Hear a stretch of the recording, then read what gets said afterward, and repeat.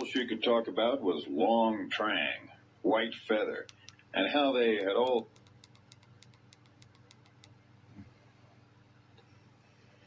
I don't doubt that these NVA told her this, and it may be a lot of brag. You know, the way we sometimes build up things to get folks' attention. But I think there's a root of truth to what she says. To what? Hathcock asked impatiently. She said that there are a dozen snipers, a whole sniper platoon down here now from North Vietnam. They trained at a place up there that supposedly looks just like Hill 55.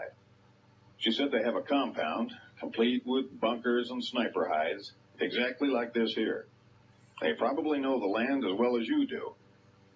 Well, that makes sense.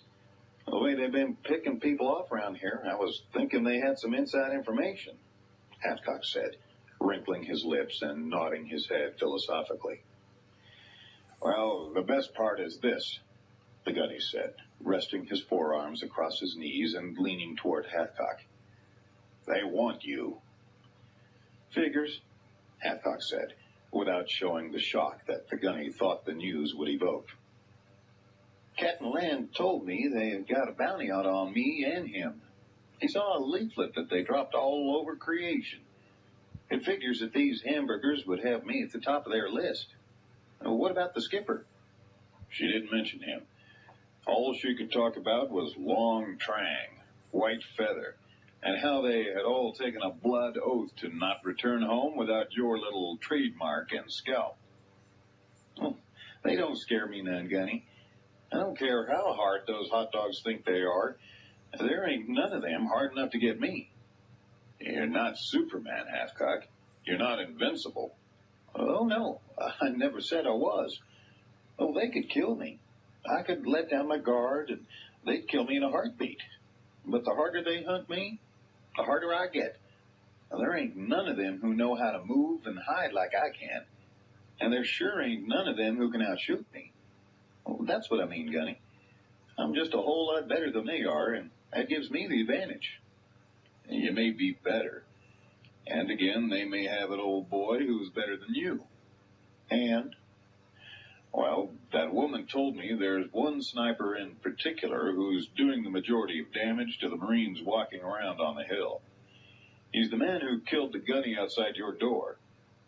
All this guy does is live in the jungle. He eats rats and bugs, weeds, lizards, and worms. Shit like that. She said this guy catches cobras and vipers with his bare hands and eats them raw so that he'll have their spirit in him.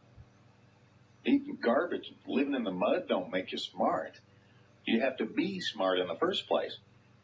I can see where living in the wild and learning the ways of nature can improve this guy's chances, but I've spent a lot of time crawling around the woods, too. The gunny stood and slapped Hathcock on the back of the head. I know your reputation, but this fella has one, too. Take it for what it's worth. Keep your head down. Hathcock walked the gunny to the door. I figure this fella has a far aim, considering the long-range shots he's notched. But no matter what he does, if he keeps shooting at us from the same little knoll out yonder, we'll get him. It's just a matter of time. The last of the lingering monsoon showers fell as Captain Land packed his sea bag. Outside his hooch, the rain pattered on the orange mud and collected in hundreds of puddles throughout the hilltop compound. The blue day matched Land's mood. He had not left the hill since the colonel restricted him. For a while, he thought that his boss might ease off, but now, with only 3 days remaining in country, he knew that the colonel's word was firm.